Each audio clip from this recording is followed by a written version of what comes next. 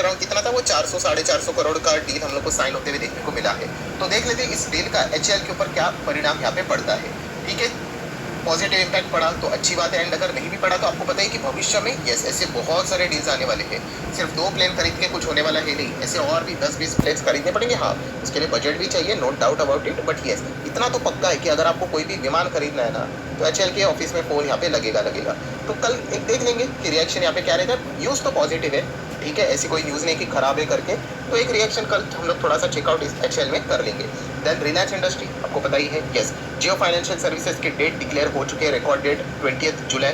तो इससे रिलेटेड क्या रिएक्शन रहता है थोड़ा सा चेक कर लेंगे। कोई ज़्यादा सुपर डुपर रिएक्शन के एक्सपेक्टेशन तो है नहीं, क्योंकि कॉन्ट्रीब्यूट भी कितना कर रहा है वो भी मैंने आपको दिखा है, लेस देन 1%। देन अगर देखा गया तो बजाज फाइनेंस के ऊपर भी इसका कोई खास असर नहीं होगा। पेटीएम को एक बार चेक कर लेना, क्योंकि एक बार पेटीएम इसके चलते हम लोग को 11% क्रैश होते हुए देखने को मिला था। अगर आप इस चैनल को फॉलो करते तो ये सारी चीज़ें मैं ऑलरेडी सीक्वेंस के साथ कवर कर चुका हूँ। सो ये जस्ट आप लोगों के लिए एक रिवीजन टाइप था, हम लोग ऐसा भी बोल सकते हैं। देन आरबीएनएल के ऊपर फोकस रहेगा, क्यों? यस, जो ओडिशा में हम लोगों को जो प्रोजेक्ट देखने को मिले थे, ठीक है, ये भी न्यूज़ मैंने यहाँ पे कवर की थी, शायद से कल ये खबर आई थी। तो उसके लिए वो क्या हुआ था, यस लोएस्ट बिडर करके सामने आते हुए देखने को मिला था। अपग्रेडेशन जो प्रोजेक्ट्स यहाँ पे रहते हैं, तो जो भी लोएस्ट बिडर होता है उसी को वो कॉन्ट्रैक्ट मिलने के चांसेस होते हैं। आरबीएनएल की ओर फोकस रख लेना, ठीक है। एंड ऐसे बहुत सारी चीज़ें आने वाली है दोस्तों। अभी मैंने सैटरडे के दिन वीडियो भी बनाया था कि नहीं, कि कौन से बिजनेसेस अच्छा करेंगे, तो ये समझना है आप लोगों को। तो रेलवे बजट भी बढ़ते हुए देखने को मिल रहा है, तो अल्टीमेटली आत्मनिर्भर भारत के चलते ऐसे ही कंपनीज को ऐसे ऑर्डर्स यहाँ पे मिलने वाले हैं। दैन दोस्तों हम लोग बात करेंगे तो यस टोमेटो, जैसे मैं बार बार बोल रहा हूँ, ये है तो टोमेटो बट काम कर रहा है प्याज का, सबको रुला रहा है क्योंकि प्राइस लगातार बढ़ रहे हैं। एंड इसके चलते क्यूएसआर वाली कंपनीज को आप फोकस में रख सकते हो।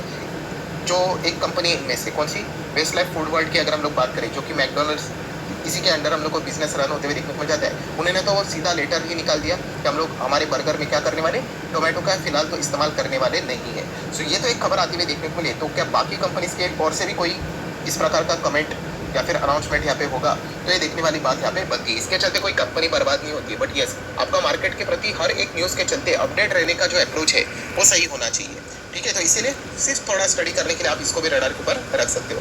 देन एनएसडीएल आप सभी लोगों को पता ही है, उन्होंने भी ड्राफ्ट पेपर फाइल यहाँ पे कर दिए हैं, तो जल्द से जल्द इनका भी आईपीओ आते हुए देखने को मिलेगा। एंड टोटल ओएफएस रहने वाला है, तो कौन अपना माल बेचेगा, IDBI bank, national stock exchange and SBI. अभी एनएससी तो शेयर मार्केट में फिलहाल तो लिस्टेड है नहीं, तो आप बाकी कंपनीज को देख सकते हैं। किनको, आईडीबीआई बैंक को देख सकते हो and state bank of India को देख सकते हो। इनके पास वो पैसा हम लोग को जाते हुए देखने को मिल जाएगा। एंड नो डाउट सीडीएसएल तो रडार के ऊपर रहेगा ही रहेगा, मैं ऑलरेडी क्लियर कर चुका हूँ। इसके चलते कोई सीडीएसएल बर्बाद नहीं होगा, ये दिमाग से निकाल दो दोस्तों।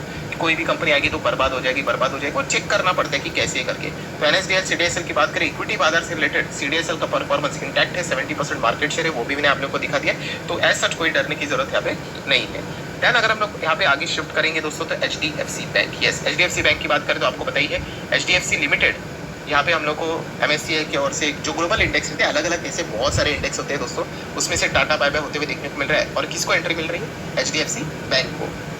देख लेंगे कल के दिन इसके प्रति क्या रिएक्शन यहाँ पे बाजार का रहता है, ठीक है। ऐसे बहुत सारी खबरें वैसे तो हम लोग को फ्लोट होती हुई देखने को मिल जाती है। नेक्स्ट बात करेंगे तो सुजलान एनर्जी बोर्ड ने यहाँ पे फंड रेजिंग का अप्रूवल दे दिया है, ठीक है, अप्रूवल है। तो ट्रेडर लोग क्या करते हैं, इस चीज़ का कभी कभी फायदा उठाते हैं। एज ए इन्वेस्टर मैं आपको बहुत बार बता चुका हूँ कि फंडामेंटल्स हम लोग के लिए इंपॉर्टेंट होते हैं। जो कंपनी फंडामेंटली वीक है वहाँ पे इस प्रकार की छोटी छोटी खबरें आती रहेंगी, बट वो स्टॉक कैसा चलेगा, देखिए ये बहुत इंपॉर्टेंट चीज़ है दोस्तों। ये देखिए कोई भी स्टॉक ऐसा ना खराब रहता है ना, वीक फंडामेंटली वीक, वो ऐसा नीचे जाता है, फिर एक खबर आएगी ना तो ऐसा ऊपर जाएगा। तो वो एक ट्रेडिंग एक्टिविटी होती है। इस चीज़ को बार बार मैं आपको बताने की कोशिश कर रहा हूँ कि कोई भी खबर अगर आती है, ठीक है, XYZ न्यूज़ आपके सामने आ गई, प्लीज़ डिफ्रेंशिएट कीजिए, क्या वो ट्रेडिंग एक्टिविटी है या फिर इन्वेस्टिंग एक्टिविटी है, ठीक है। ये जो सुजलान एनर्जी जैसी कंपनी होती है, उनका जो ओवरऑल स्ट्रक्चर है, जो फंडामेंटली वीक कंपनी होती है ना दोस्तों, उसके लिए कोई भी खबर ये इन्वेस्टिंग एक्टिविटी बनती ही नहीं है, वो ट्रेडिंग एक्टिविटी ही होती है।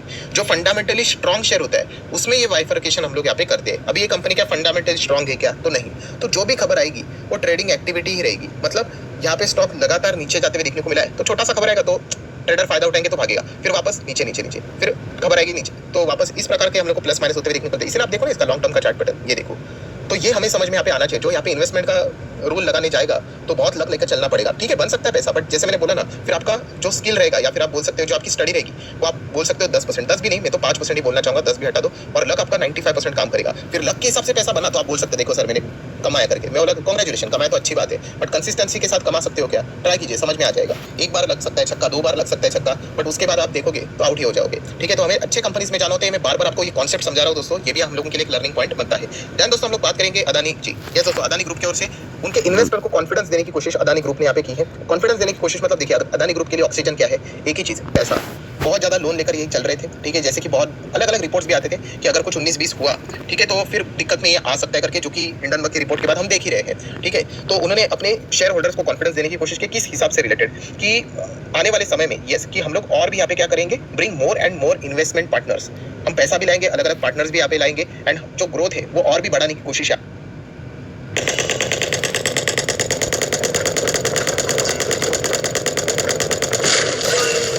भी यहाँ पे लाएंगे, एंड जो ग्रोथ है वो और भी बढ़ाने की कोशिश यहाँ पे जरूर करेंगे। सो ये उन्होंने अपने इन्वेस्टर को कॉन्फिडेंस देने की कोशिश किया। उन्होंने हिस्ट्री